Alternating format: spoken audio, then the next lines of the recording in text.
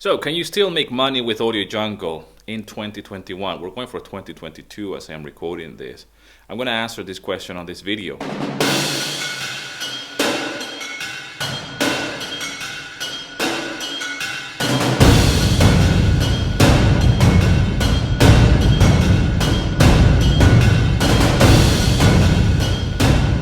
The answer is yes. It's different now. The industry is changing, especially a library like Audiojungle has changed over the years. Since I first got started in 2014, beginning of 2014. So obviously they have now Envato Elements, which has really changed the marketplace and has affected Audiojungle in many ways. I happen to be in a very fortunate situation, which I joined Envato Elements last year, and I believe that it's still by invitation. So my sales are coming now more from from Envato Elements than from Audiojungle. That being said, on my Audiojungle profile and my catalog on Audiojungle, which is exactly the same music that I have on Envato Elements, it's the only way to get into Envato Elements really is if you have already a profile on Audiojungle. And those music tracks who have been accepted to Audiojungle, you put those tracks into your Envato Elements profile, if you will. So it's not like you submit new music to Envato Elements and then you have something else on Audiojungle. It doesn't work like that. But what has happened is that I have seen a shift or a change, obviously, in the consumers, especially in Envato and Audiojungle. And what has happened is that I still get big licenses, like for example this last one, which I just quite recently got. And I share this inside the SML Mastermind community. And this is a great case study because this happens more than once. In my Audiojungle profile and my catalog, I might not be selling like I used to back in the day, back in 2014, 2015, and in 2016 and 17.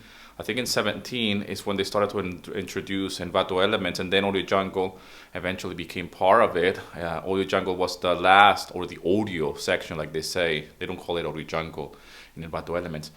But the good thing about Audiojungle, okay, and let's separate Audiojungle and Envato Elements because it's two different things, even though it's the same music tracks.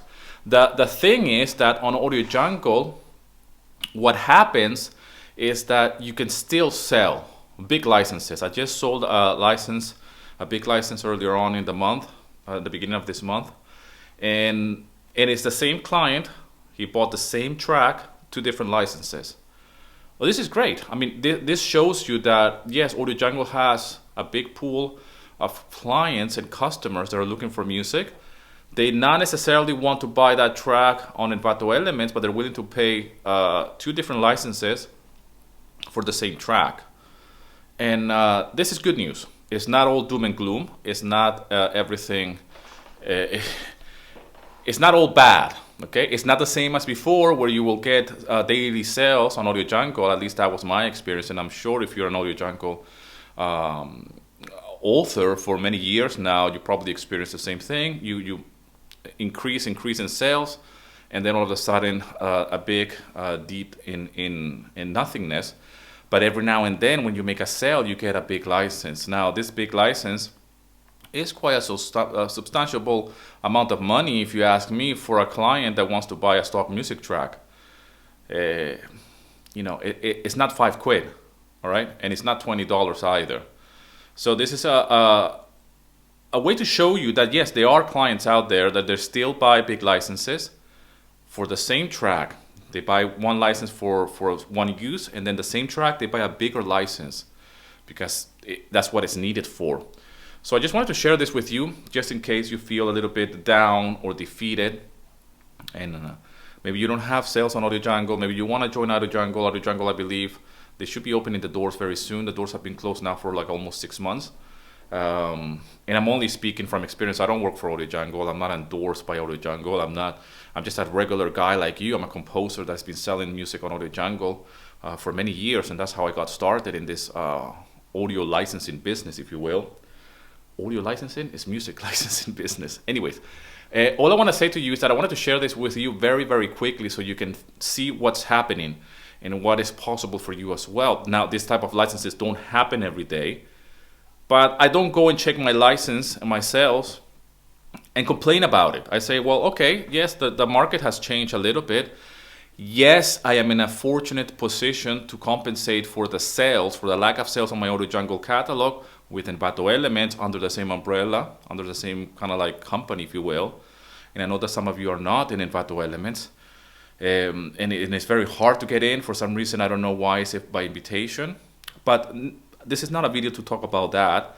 All I want to show to you is that if you're an Audiojungle author or you're thinking about joining and to start submitting, this is what's possible. Sometimes you might not see the sales every single day, like I said, like back in the day, but they do happen. And when they happen like this. I have several big licenses where I check from time to time to see, you know, what's going on here, okay? And it's not just small licenses.